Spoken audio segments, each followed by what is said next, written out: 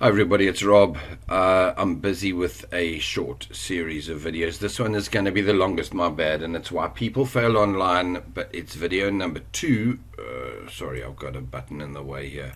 And the first one is misconception. Well, this video is all about misconception. So let me go straight into it. First up, people think online marketing is, because they've never thought about it too carefully, basically they think it's simple. There's only a few ways that you can make money online for ordinary people, I'm talking about, yeah? And so very often they come on with this online marketing is completing surveys or there's a few things that they fall sort of prey to in their thinking, and it's not a good thing.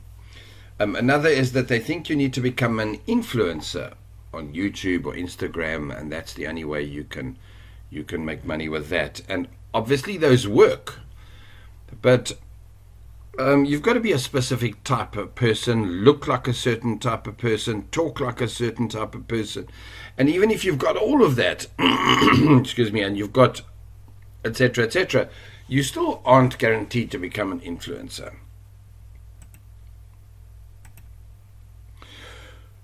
All right, the next one is, I enjoy this one. They think that there are real businesses that are online, but those are startups. You know, they read about Facebook and Twitter and how they started up, and they don't stop to think that there are millions and millions of ways to make money online. They even read about that. They think those are that scam, but the real businesses, nah, can't do that because, hey, where am I going to get funding? Total rubbish. Okay, right. And the next one is, if anybody's been online for any stretch of time without having thought of going online to start a business, they're online with 100 things. They're looking at things like Instagram and Pinterest perhaps, but they're on Reddit and they're on obviously Facebook, and they're doing emails, and then they're doing normal research for things when they want to know something, like, how do you bake a cake? So what happens is they get they start to get spammed from through bad emails, all spam, and crappy ads that sometimes they click on, and they give the business a bad name. If you could see the 100 emails I get every day that are absolute rubbish. Obviously after 10 or 11 or 12 years, I don't know how long I've been doing this for now, obviously I've learned to see them in a split second. I can clear emails with a case of click, click, click, click, click, click, click, click that fast, knowing that I don't need to read them. So, but the problem is that normal people don't, and I get that, okay? Right, then this is a big one because, sorry, I need to tell you this as an interruption. Of the 10 years I've been online, there was a patch of about 6 of those years where all I did, even more perhaps, let's just go with 6. 6 years of those years I was teaching people from a website with small business opportunities with my website. I was getting enough leads for me to do one-on-one training with people, one by one by one. So I do know what I'm talking about when I tell you this. Okay, so people come along, they contact me with, hey Rob, do you teach people how to start a website? And I say, yeah. And then I tell them, actually I teach them how to choose what kind of website to start. And they say, no, don't worry about that, I already know what I want to do. And I say, well, what is it? And then they tell me something that is really way out there, if not the old ones that I've mentioned before. I want to be a YouTube influencer, I want to start a porn website, you won't believe what they think is the only things they can do online. And the problem is that, seriously, when I say they cling to that idea with a stubbornness that is horrifying, that I cannot stress this enough, people. If you think you've got a good idea already, shelve it for now, switch off the thinking of that, and go to my training, it's free, and go through all of the ways that you think that's a good idea, and then go back to it and say, wow, okay, fine, my idea is a little bit weird or it's brilliant, but wow, everybody's doing it. You get where I'm going. Competition and research will prove where it's good or bad. I must admit, though, just to prove that I'm just as stubborn, I used to try to fight, because that's the only thing. I would try and block this stubbornness in my clients. And I would often waste hours telling them of all the other options, and I can see them getting bored. And then I'd tell them what? And they'd say, Rob, I don't want to know about blogging. I just want to be, I want to go make videos on YouTube. And I'm thinking in my head, no, man, I must give your money back and you must go. Because you're not going to make money, but you think you will, and you think I'm going to make that work for you. But it was a dumb idea. And so then we have this sort of push-pull blocking thing. So what I started by saying was that I must admit there were times when I initially rejected my new clients' ideas as, whoa, okay, wait, let's look at other options. And then further down the line, by helping them research their idea, it turned out that some of them did have good ideas. So, hey, two instances that I can think of without any hesitation. One was related to funerals, and the other was related to school feeding schemes, supplying lunches to schools.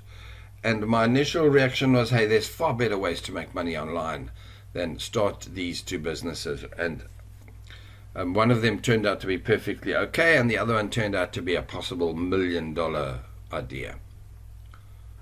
To be honest, if he's still in business right now, I think he really is going to be rich with the virus issues going on. Okay, so let's get to the next one. This is you can see how many times I typed stupid in here. This is a thing that really, really gets to me, and it gets to me like you cannot believe. And I'm going to take 2 minutes to tell you this. I don't know how long 2 minutes, and that is that people think that when you're going to start an offline business, this is old school, and remember, I'm 60 years old. So in my youth, it was a case of, hey, I want to start a business. And people would shake their heads at you and think, yo, you got to be brave, because jobs were jobs and self-employed was real businesses. Now, I say real because online businesses are real businesses too, but the line is blurred. Now, back in the day, you had to give up your job. You had to mortgage or take out a bond against your property. You had to commit to at least 2 years of no salary and 18-hour days. And it was accepted that, whoa, can you do that? I'm going to start a coffee shop. Whoa. And you lay out $100,000 or more just to buy the material. What I'm trying to say is there'd be so many risks and dangers in that business idea, because there was a nasty percentage. I've forgotten what it is now. Hell, I haven't been in the offline business world for 15, 20 years thinking about the stats and whatever. But there was a point back then when it was something like only 10% or 20% of, it doesn't matter what the percentage is, of businesses succeeded. Because it didn't mean when you got an idea that it was a good idea. So if you went off and you wanted to recondition, I don't know, gearboxes and turn that into a business, it would work or it wouldn't. And sometimes what you think people, a good example was my hammocks. I thought everybody wants a hammock.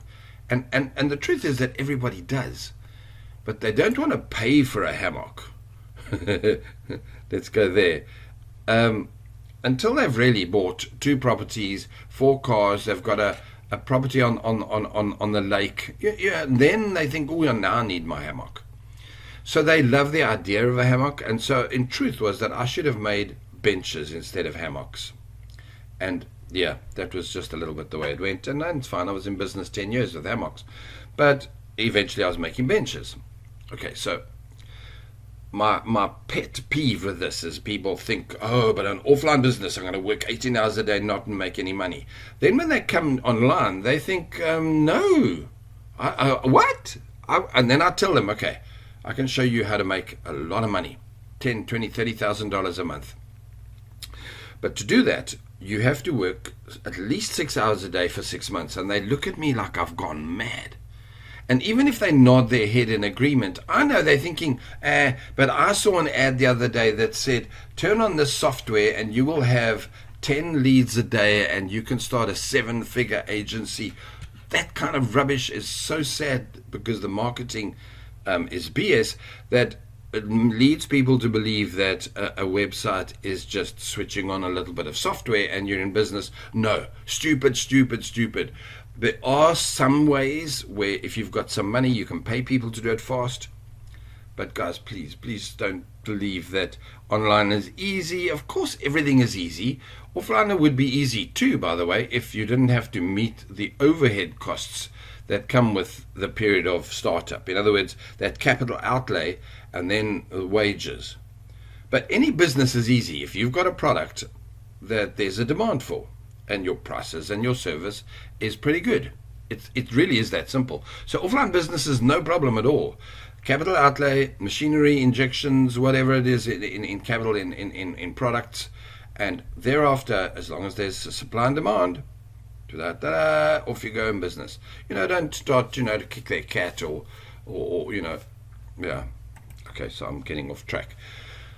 Sorry, I put this in caps. I just had to. It's when I typed it, I was all wound up. So the truth is, online business ideas and opportunities are so many and so varied that there are probably 10 times more ways to make money online than offline. And it's so real, people, but the problem is that there's misconception again. So I'm just going to leave it at that and say that the solution is, no matter what you had in your head or whatever, opinions and things, research all the options. Make sure you fully understand all the ideas that you can apply to making money online. Okay, so once you know all the options, you can, what have I said, you'll start off online with a good chance of success. So it is that simple. Is that know your skills? I'll cover it in the next thing, so let me get into that. Right, I'm done for this one, guys. I just wanted to do this one as a PowerPoint instead of letting you read these comments before I can talk about them to you. Sorry that this one took 12 minutes. We'll get into the next one much faster. Take care. Cheers.